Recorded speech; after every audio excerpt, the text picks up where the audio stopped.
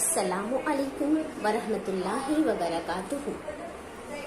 प्यारे बच्चों, पिछले लेक्चर में हमने रियाजी में 7वें चैप्टर को कंप्लीट किया।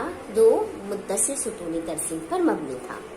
आज हम एक नया चैप्टर शुरू कर रहे हैं जो रियाजी की एक शाख अलजेब्रा पर मुश्तमिल है। आपके चैप्टर का टॉपिक है अलजेब्री इबारतें और उन पर अमल, algebraic expressions and operations on them. बेटा, इस चैप्टर को शुरू करने से पहले हम अलजेब्रा इस पर रोशनी डालने की कोशिश करते हैं कि रियाजी में किसे हम अलजेब्रा कहते हैं। इसके लिए चंद मिसालें हम हल करेंगे। आइए देखते हैं। बेटे, यहाँ पर आप देखिए, आपको तस्वीर बनी नजर आ रही है ना? और हर तस्वीर के दरमियान आपको यहाँ पर देखिए जमा की निशानी नजर आ रही है। यहाँ पर सिर्फ तस्वीर बनी है। अब हमें जरा पहले की तरफ पहुंच जाना है। केजी में देखिए आपको आया था काउंट एंड राइट, गिनो और लिखो, है ना? तो जो तस्वीरें बनी है वो हम गिन कर लिख देते थे, याद आया? तो अब हम यही काम करेंगे। एक बार फिर से केजी से होकर 7th में आ जाते हैं। देखिए यहाँ पर आपको ये पहली तस्वीर काय की नजर आ रही है? किस चीज क्या क्या बना है ये? जी, बॉल है ना? कितने हैं? 1 2 3। यहाँ पर हमने लिख दिए। बॉल को उर्दू में क्या कहते हैं बेटा? गेंद, है ना? 3 या 3 गेंद। ठीक है, 3 गेंद हो गई। अब नीचे देखिए, ये तस्वीर किसकी बनी है? कौन सी हिंदसी शक्ल है? मुसल्लस। कितने मुसल्लस बने हैं? 3 मुसल्लस। 3 मुसल्लस। और ये अल्फाबेट है ना? कौन सा अल्फाबेट है? टी। कितनी बार है? 3 बार। 3 टी। ठीक है, अब इस तरफ आ जाएं। इधर देखिए आप, 2 गेंद है, फिर एक जमा की निशानी है, फिर 3 बैट है। बैट को उर्दू में कहते हैं बल्ला। आपको कहा गया है कि भाई इनको जमा कीजिए। जमा की निशानी से यही साबित हो रहा है ना? तो कितनी गेंदें हैं? 2 गेंद है। 2 गेंद जमा कितने बल्ले हैं? 1 2 3। 3 बल्ले या 3 बैट्स। ठीक, अब उसके नीचे देखिए 2 आम बने हैं, जमा और आगे सेब की तस्वीरें हैं। कितने हैं वो? 3 हैं बराबर। कितने आम और कितने सेब? तो भाई 2 आम और 3 सेब। ठीक है, नीचे दिया है x जमा y जमा y बराबर डैश जमा डैश। तो अब यहाँ पर हम क्या करेंगे? x और x ऊपर देखो किया है हमने, मिसालों को हल किया है। कितने x हुए? 2x प्लस कितने y हैं? 3y, है ना? तो इस तरह जब हम अपने रियाजी के बुनियादी आमाल में ऐसे अल्फाबेट्स का इस्तेमाल करें, यानी मैं गेंद के लिए 2 गेंद जमा 3 बल्ला जो लिखा है, मैं गेंद के लिए A कह दूं, बल्ले के लिए B कह दूं, तो ये हो जाएगा 2A प्लस 3B, है ना? मैंगो के लिए मैंने M कह लिया, तो 2M प्लस 3 सेब है, सेब को मैंने एप्पल के लिए A से जाहिर कर दिया, तो 3A। और ये 2X प्लस 3Y। ठीक है, समझाइए आपको? यानी यहाँ पर हमने क्या इस्तेमाल किया है? अल्फाबेट। यहाँ पे भी देखिए 3 गेंद, गेंद के लिए हम बॉल कहते हैं, तो चलिए मैंने B ले लिया, 3B। 3 मुसल्लस को इंग्लिश में ट्रायंगल कहते हैं, तो चलिए मैंने T ले लिया, 3T। और यहाँ पे तो ऑलरेडी 3t ही है तीसरे वाले में, है ना। तो ये जब हम अल्फाबेट का इस्तेमाल करते हैं अपने बुनियादी आमाल में, जब उसका इस्तेमाल होने लगे तो उसे कहते हैं अलजेब्री इबारतें या अलजेब्राइक एक्सप्रेशंस। ठीक है, एक बार और समझते हैं कि क्या फर्क है, क्या फर्क है रियाजी या हिसाब में, जो हम लोग ऑर्डिनरी हिसाब करते हैं, अरिथमेटिक रियाजी करते हैं उसमें, और अलजेब्रा हम किसे कह रहे हैं। तो बेटा रियाजी में हमने कहा 1 जमा 2 बराबर कितना। ये 1 भी हमारे पास मालूम अदद है, 2 भी मालूम अदद है, दोनों मालूम को हम जमा करेंगे तो क्या हो गया, ये 1 जमा 2 3। ये मालूम वाली चीज के लिए है, मालूम रियाजी, बुनियादी अमाल जो जमा, नफी, जरब, तकसीम, ये जो हमारे रियाजी के हिसाब के जो बुनियादी अमाल है 4, ये जब हम मालूम आदाद के दरमियान करते हैं तो उसे कहते हैं अरिथमेटिक रियाजी। लेकिन जब यही चीज, यही आमाल हम जमा, नफी, जरब, तकसीम, यही बुनियादी आमाल हम अननोन के लिए करते हैं, नामालूम के लिए करते हैं, जैसे ये था हमारा 2x + 3y, ये अननोन के लिए जब हम करते हैं x और y, तब उसे कहते हैं अलजेब्रा। क्या कहते हैं, अलजेब्रा। और जब हम इन अल्फाबेट्स में कोई भी alphabet A to Z, from A to Z, अब कोई भी अल्फाबेट जब अपने मैथ्स के रूल्स में इस्तेमाल करने लगते हैं तो उसे कहते हैं अलजेब्राइक एक्सप्रेशंस। क्या कहते हैं, अलजेब्राइक एक्सप्रेशंस या अलजेब्री इबारतें। समझा, समझ में आया बेटा। रियाजी और अलजेब्रा, इसमें नामालूम चीज होती है, यानी अगर मैं ये कहूँ कि x + 2 1 + 2, यहाँ पर हमने कहा 1 + 2 = 3, ये मालूम है हमें कि 1 जमा 2 बराबर 3, 1 जमा 2 बराबर 3, तो ये हो गया रियाजी। लेकिन जब हम कहेंगे कि 1 जमा 2 बराबर x, 1 जमा 2 बराबर x, जब हमने ये नामालूम चीज ले आई, x ले आई, तो हम इसे क्या कहेंगे, अलजेब्रा। A to Z हम कोई भी अल्फाबेट यूज कर सकते हैं, लेकिन मोस्टली क्या यूज करते हैं, x। क्या यूज करते हैं, x, ज्यादातर x यूज करते हैं। हाँ, आप A से लेके Z तक कोई भी अल्फाबेट यूज कर सकते हो। तो जब रियाजी के बुनियादी आमाल में, यानी जमा, नफी, जरब, तकसीम में मुतगय्यर या A to Z किसी अल्फाबेट का इस्तेमाल हो, मुतगय्यर का इस्तेमाल हो, नामालूम का इस्तेमाल हो, तो उसे कहते हैं अलजेब्राइक एक्सप्रेशंस या अलजेब्री इबारतें। समझा बेटा। तो आइए हम अलजेब्रिक इबारतों की मजीद मिसालें देख लेते हैं। किसे कहते हैं, अलजेब्री इबारतें जब रियाजी की बुनियादी आमाल में नामालूम आदाद यानी A से Z तक अंग्रेजी हुरूफ का इस्तेमाल किया जाए, A से Z तक कोई भी अंग्रेजी हुरूफ का इस्तेमाल किया जाए तो उसे अलजेब्री इबारतें कहते हैं। जैसे 2x + 3y, 3n + 1, 3t, 2l + b bracket में वगैरह, ये अलजेब्री इबारतें हैं। ठीक है, समझा बेटा। देखिए ABCD का इस्तेमाल हुआ इसमें, है ना। आइए बेटा अब हम इसे समझें कि ये जो हम इबारतें लिख रहे हैं, अलजेब्री इबारतें, अलजेब्राइक एक्सप्रेशंस, इसमें किसे क्या कहते हैं। आइए इसे भी समझ लें। एक अलजेब्री इबारत हमें दी गई है 3t। हमने पीछे देखे ना, t को 3 बार जमा किए थे, तो 3t ये जो इबारत दी गई है, इसे हम इस अलजेब्री इबारत में, इस 3t में बेटा ज़र्ब का अमल है, ज़रब का अमल है। देखिए, यानी 3 हमने क्या किया था, t को 3 बार जमा किया था, है ना। टी टी टी, तो हमने लिखा था 3T, याद आया, है ना।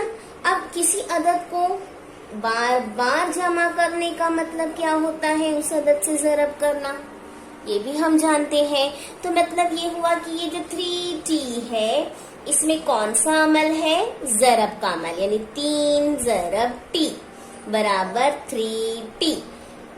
T को 3 बार जमा किए 3T, या 3 से 3T को ज़रब किए तो 3T, दोनों सूरतों में, है ना।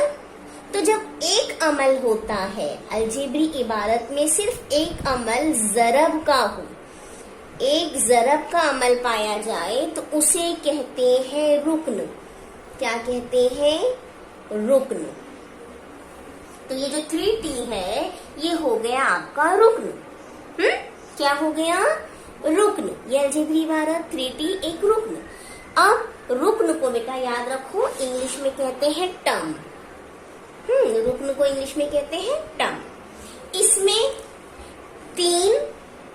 3 से आपने ज़रब किया ना बेटा, 3 से ज़रब किया ना, तो ये जो 3 है आपका 3T में, ये जो 3 है आपका, 3 है आपका, ये कहलाएगा ज़रीब।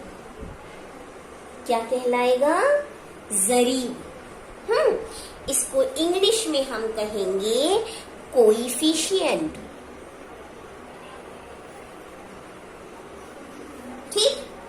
और ये जो T है ना, इस रुक्न में ये जो T है, ये T, जो अल्फाबेट है, जो अल्फाबेट है, ABCD है, वो कहलाता है आपका जो T अल्फाबेट है, उसे हम कहते हैं मुतगय्यर।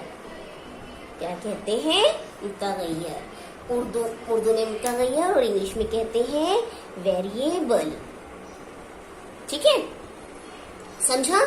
तो इस तरीके से हमारे पास क्या हासिल हुआ, एक रुक्न अलजेब्री इबारत में जहां सिर्फ एक ज़रब का अमल हो उसे रुक्न कहते हैं, यानी टर्म। उसमें ज़रीब होता है, जो भी गिनती के आदाद हैं, वो कहलाते हैं ज़रीब। और जो अल्फाबेट है, कोई सा भी अल्फाबेट, वो कहलाएगा मुतगय्यर, यानी वेरिएबल।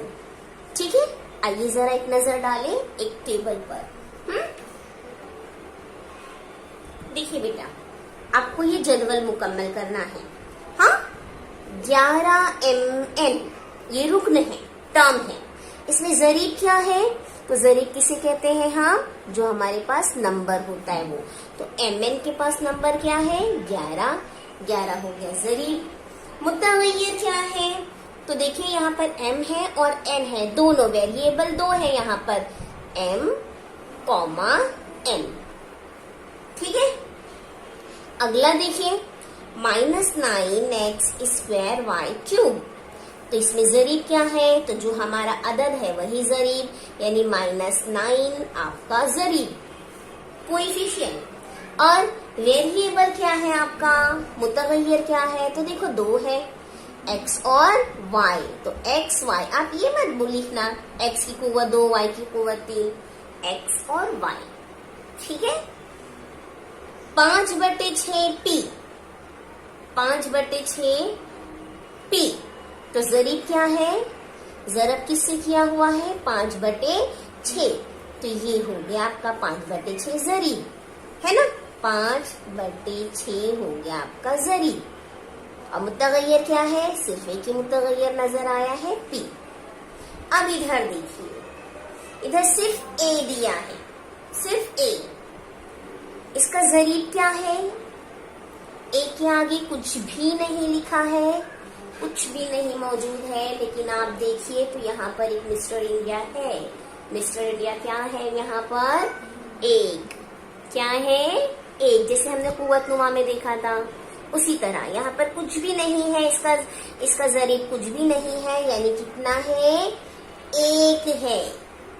कितना है, एक है। यहाँ कुछ नहीं मौजूद है, एक मौजूद है जो हमें दिख रहा नहीं। उसको देखने के लिए हमें वो मिस्टर इंडिया का लाल चश्मा लगाना पड़ेगा। ठीक है, तो ठीक है, हमको एक नजर आ गया, तो एक यहाँ पे मौजूद है। और मुतगय्यर क्या है, वेरिएबल क्या है, ए। ठीक है, समझा बेटा? तो रुक्न और ज़रीब मुतगय्यर आपकी समझ में आ गया। अब हम इनके जरिए मुशाबा अरकान और गैर मुशाबा अरकान सीखते हैं। तो जो हमारे अरकान होते हैं उनकी बुनियाद पर हम मुशाबा अरकान और गैर मुशाबा अरकान तलाश करते हैं। बेटा मुशाबा अरकान माने पे तवज्जो दीजिए। मुशाबा, मुशाबा की मतलब होता है एक जैसे दिखने वाला, एक जैसे। जैसे हम ऐसा कह सकते हैं कि भाई ये हमारा ब्लू मार्कर हमारे रेड मार्कर के मुशाबा है ना? कलर दोनों का अलग है लेकिन एक जैसे है एक जैसे। या हमारा रेड और ग्रीन मार्कर मुशाबा है, ठीक है। तो मुशाबा अरकान, मुशाबा अरकान यानी क्या बेटा? कि जिनमें देखो लाइक टर्म्स, हाँ, जिनमें जो मुतगय्यर है, मुशाबा अरकान यानी जिनमें जो मुतगय्यर का इस्तेमाल किया जा रहा है, जिन मुतगय्यरों का इस्तेमाल किया जा रहा है। मुतगय्यर यानी क्या? अंग्रेजी हुरूफ। जो अंग्रेजी हुरूफ का इस्तेमाल कर रहे हैं वो एक जैसे हों, वो एक जैसे हों,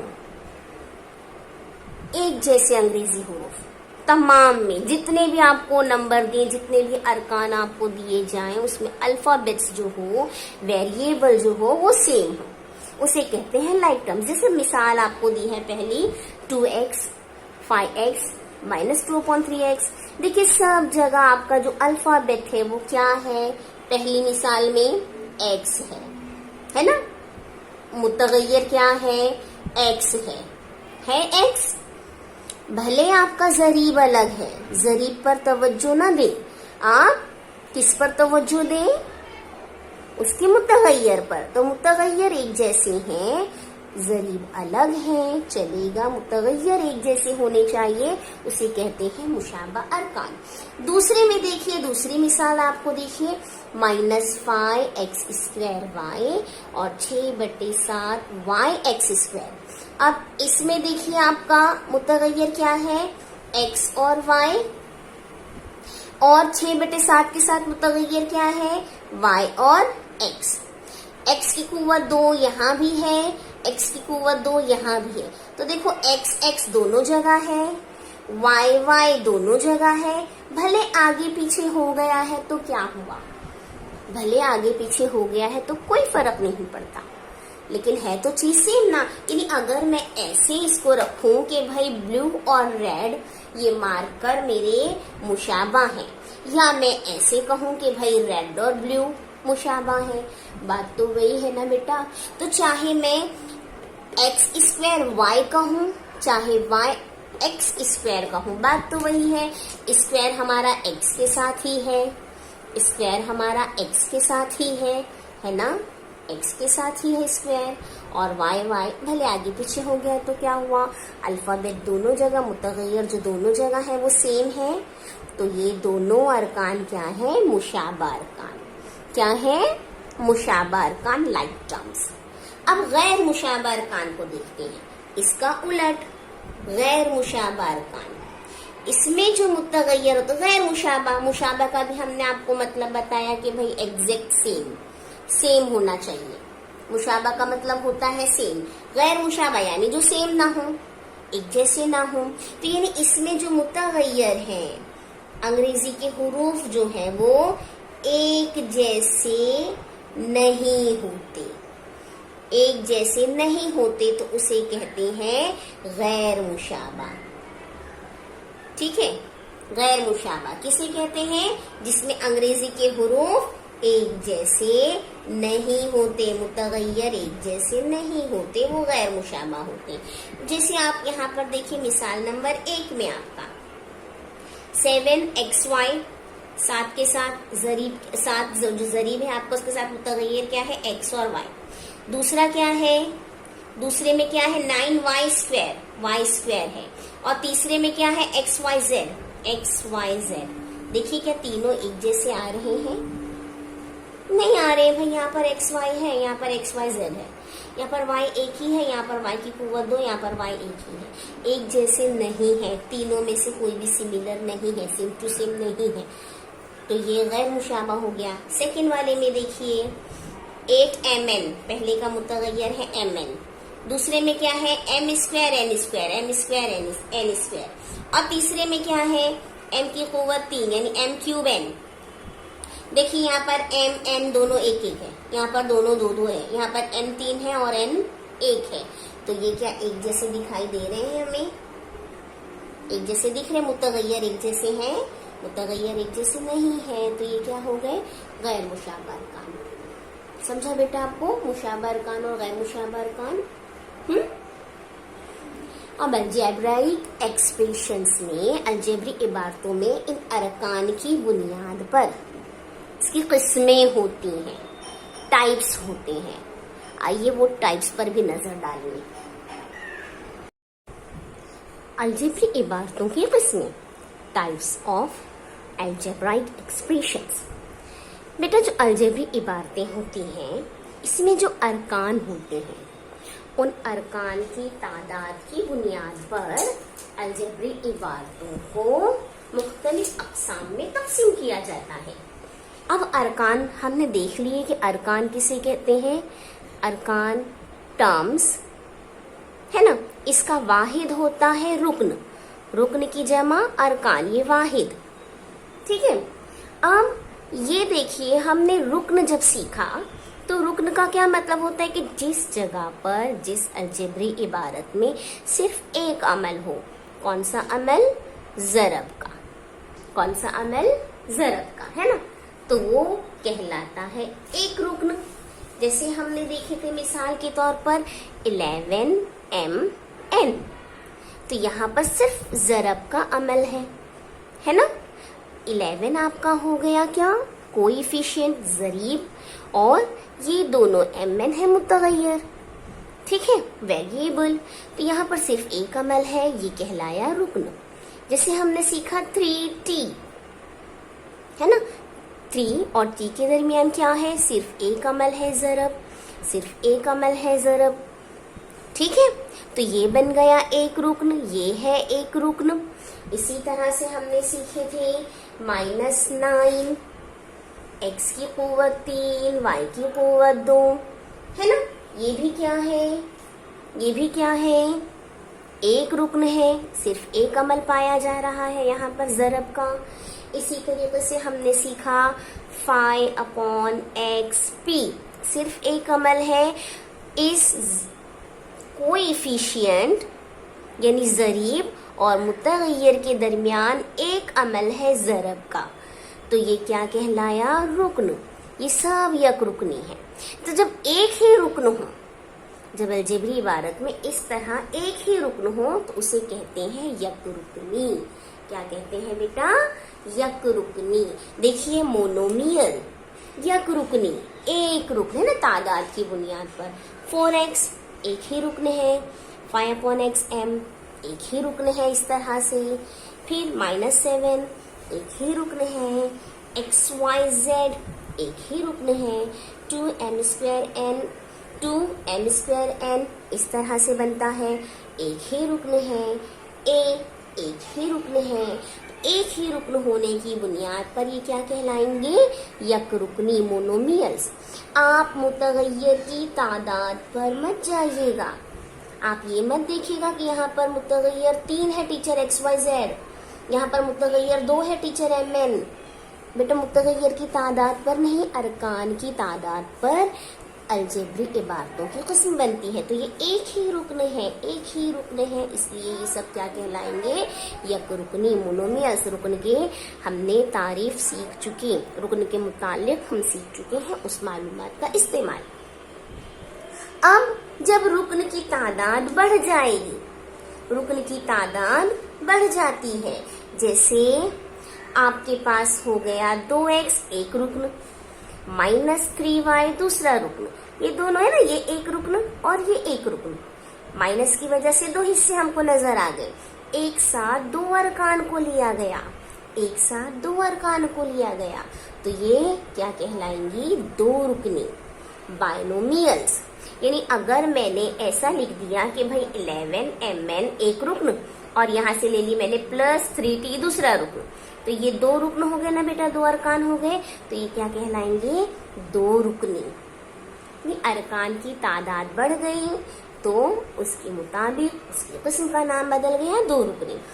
2x - 3y, 2l + 2b, 3mn - 5m²n। ये एक रुकन, ये एक रुकन, एक और एक दो, दो रुकनी, एक रुकन दूसरा रुकन, दो रुकनी, है ना? समझा? एक रुकन दूसरा रुकन, दो रुकनी। इसी तरह जब हम एक और इजाफा कर दें, यानी मैं अब ले लूं 2x, मैंने ले लिया भाई 2x - 3y और इसमें मैंने एक और चीज ऐड कर दी +4z। तो अब देखिए कितने अरकान हो गए? 1 2 3, 3 अरकान हो गए। तो 3 अरकान, इसके लिए 3 के लिए एक और लफ्ज है से। 3 से, फारसी लफ्ज है से, तो ये से रुकनी हो गई, 3 रुकनी, है ना? समझा? यानी अगर मैंने ऐसे कर लिया कि भाई यहां से मैंने ले ली 11mn, यहां से मैंने ले लिया +3t और इसी में मैंने ये -9x³ ले लिया, तो देखिए कितने अरकान हो गए? 1 2 3, 3 अरकान हो गए, तो ये क्या कहलाया? से रुकनी। ठीक। तो जब अरकान की तादाद 3 हो गई तो वो कहलाए से रुकनी। Trinomials, trinomials a + b + c, 3 है ना अरकान। x² - 5x + 6, 3 है ना अरकान।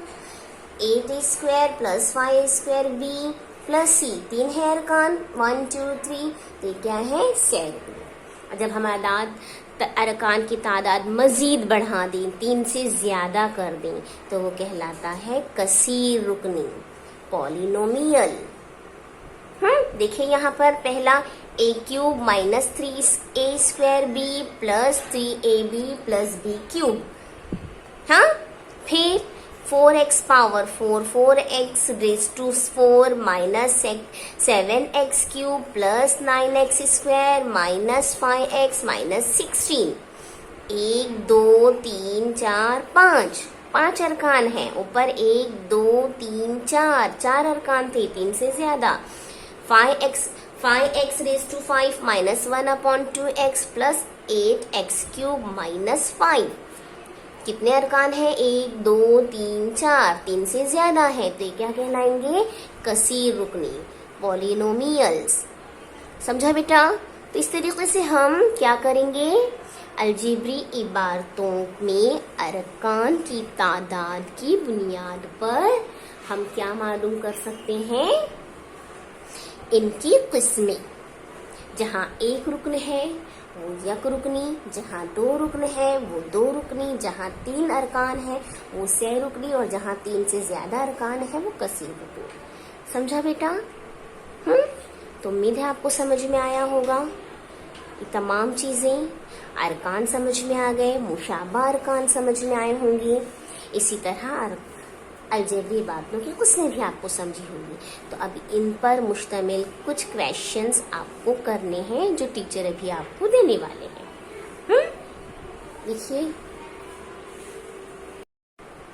देखिए बच्चों, आपको ये क्वेश्चन हल करने हैं। पहला है जदवल मुकम्मल कीजिए। यहाँ आपको टेबल दिया हुआ है, रुकन दिए हुए, उसमें ज़रीब और मुतगय्यर पहचानने हैं। ठीक है, जैसे एक आपके बता देते हैं। पहला है 10k, तो इसमें ज़रीब क्या है? कोएफिशिएंट 10 और मुतगय्यर वेरिएबल क्या है? k। ठीक है, इस तरह। फिर इसी तरह यहाँ पर आपको दूसरा क्वेश्चन दिया है, मुशाबा अरकान पहचानिए। मुशाबा अरकान हमने सीख लिया है, जहाँ पर अरकान यानी जो मुतगय्यर दिए जाए वो एक जैसे हो, मुतगय्यर एक जैसे हो, उसे मुशाबा अरकान कहते हैं। तो ढूंढ लीजिएगा। फिर आपको आपकी किताब से मश्क नंबर 32 एक्सरसाइज 32 वो करना है, जहां पर आपको अरकान की तादाद की बुनियाद पर अलजेब्री इबारतों की किस्में लिखनी है। इस मश्क में आपको 8 सवाल दिए गए हैं, जिनमें से 2 टीचर बता रहे हैं, बाकी के 6 सवाल आपको करने हैं। जैसे 7x कितने अरकान है बेटा, यहाँ पर देखिए एक ही रुकने हैं, है ना, तो ये क्या कहलाएगा, यक रुकनी। क्या कहलाएगा, यक रुकनी, है ना, ये हो गई यक रुकनी इबारत। और यहाँ पर देखिए सेकेंड क्वेश्चन में 5y - 7x कितने अरकान हैं, एक और एक 2, तो ये कौन सी इबारत है, ये 2 रुकनी इबारत है। ठीक है, 2 रुकनी अलजेब्री इबारत, बाइनोमियल और ये मोनोमियल। इस तरीके से आपको बाकी के 6 सवाल हल करने हैं। उम्मीद है आपको अच्छी सी तरह से समझ में आ गया होगा, आप अच्छी तरीके से तमाम क्वेश्चंस को हल कर सकेंगे। ठीक है, ध्यान रखिएगा, मुशाबा अरकान पर बहुत ज़्यादा तवज्जो दीजिए कि आगे जब हम हल करेंगे इन अलजेब्री इबारतों की जमा तफरी वगैरह जब करेंगे हम, तब हमें इसकी ज़रूरत, मुशाबा अरकान की ज़रूरत पड़ेगी।